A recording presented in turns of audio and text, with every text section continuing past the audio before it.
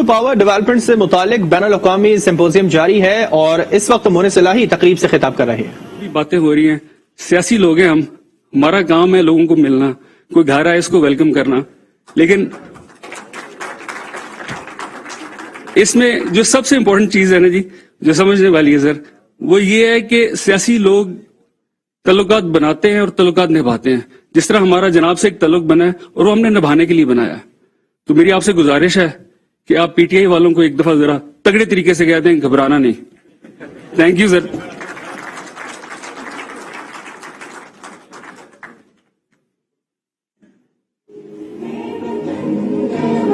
سے پہلے تو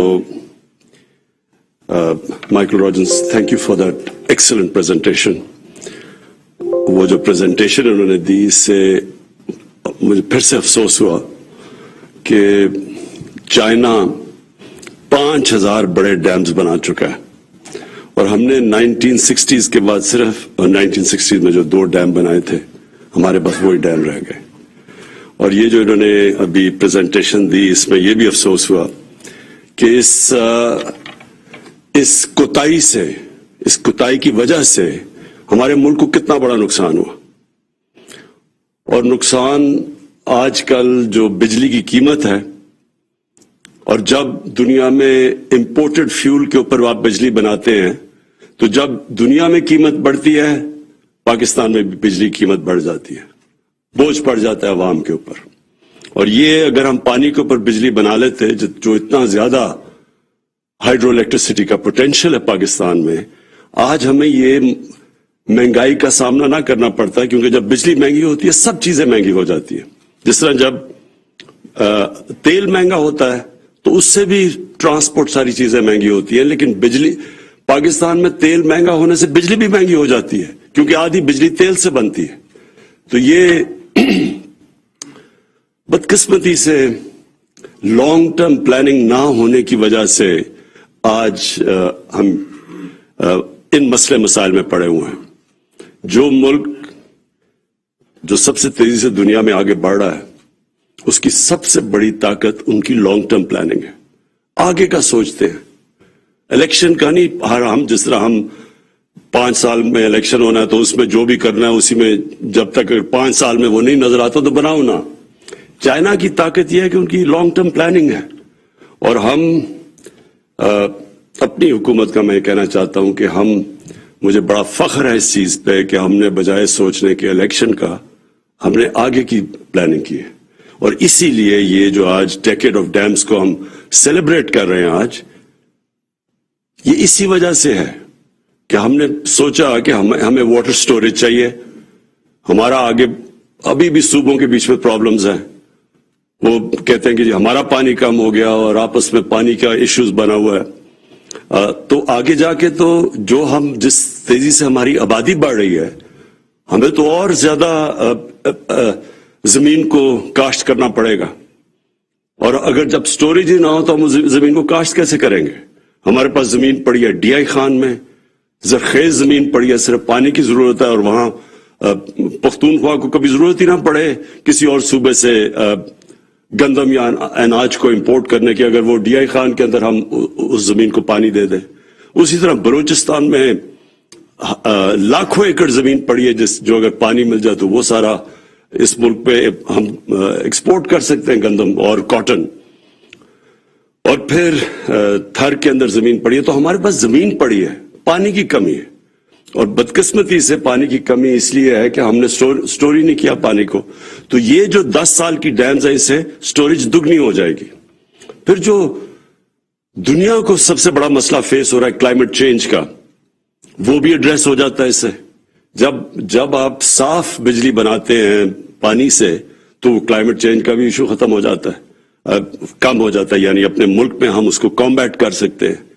اور پھر تیسری چیز کہ جو مجھے آج بڑی مائیکل راجنس کی پریزنٹیشن سے، کہ ہم اپنے ایک پورا ایک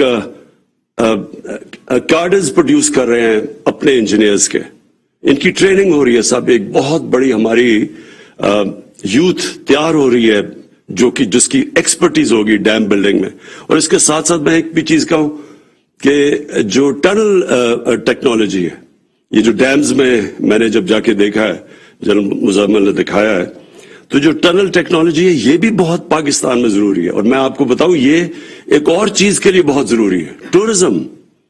پاکستان اللہ کے نے وہ نعمت دی ہوئی ہے پاکستان کو، جس طرح کہ ہماری پہاڑوں کی سینری ہے، اس کا دنیا میں شاید ہی کوئی ملک ہو جو اس کا مقابلہ کر سکتا ہے. اور یہ ٹورزم کا بہت بڑا ریونیو آ سکتا ہے یہاں. لیکن سوئٹزرلینڈ آپ جا کے دیکھیں تو وہ آدھا ہے ہمارے ناردرن ایریاز کا، لیکن اس کا 60 سے 70 ارب ڈالرز اس کا ریونیو ہے ٹورزم سے. لیکن سوئٹزرلینڈ کے اندر سب سے بہتر ان کے پاس ٹنل ٹیکنالوجی ہے، کیونکہ وہ پہاڑوں پہ وہ ٹنلز بنا کے تو بڑا ایکسیسیبل کر دیا انہوں نے اپنا سارا علاقہ.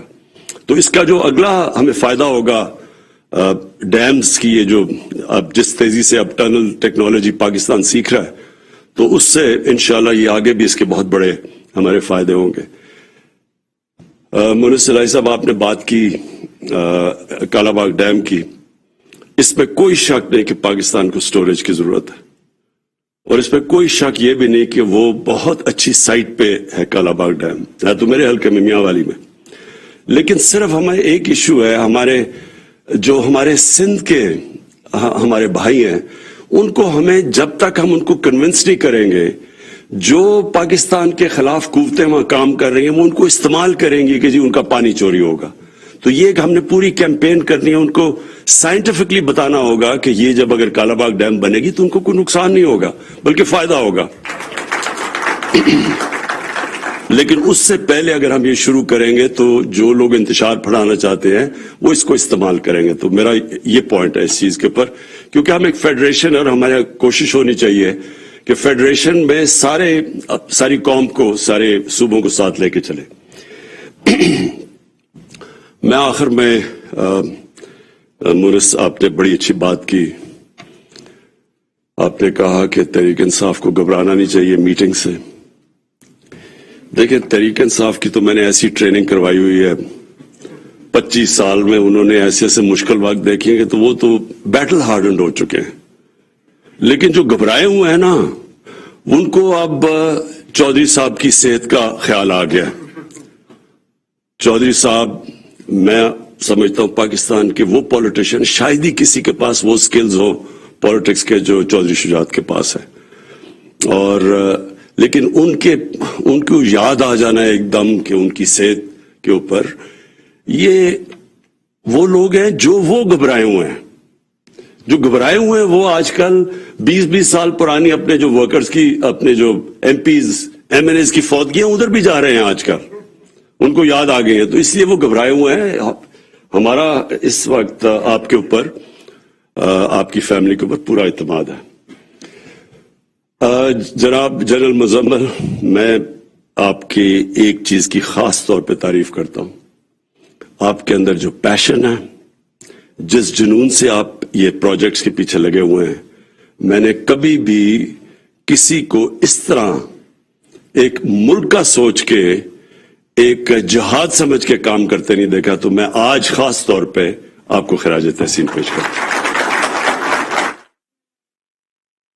ہائیڈرو پاور ڈیولپمنٹ سے متعلق بین الاقوامی سمپوزیم کی تقریب سے وزیر اعظم عمران خان خطاب کر رہے تھے. انہوں نے کہا کہ پانی سے بجلی بناتے تو آج مہنگائی کا سامنا نہ ہوتا. ملک کی ترقی کے لیے طویل مدتی منصوبوں پر کام نہیں ہوا ہے، جس کے لیے اب ہم کام کر رہے ہیں. نئے ڈیمز بنانے سے 10 سال میں پانی کا ذخیرہ دگنا ہوگا.